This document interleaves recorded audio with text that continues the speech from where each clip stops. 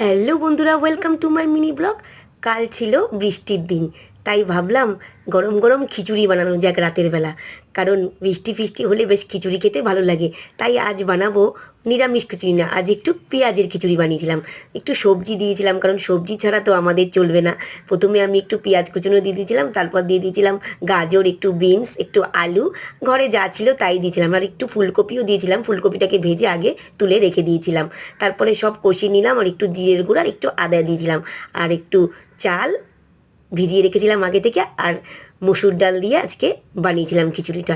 একদমই বেশ সিম্পলভাবে খুব চটজলদি বানিয়ে নিয়েছিলাম। আর খিচুড়ির সাথে আরেকটা জিনিস হবে না তা কি হয়, গরম গরম বানিয়ে নিয়েছিলাম ডিমের অমলেট।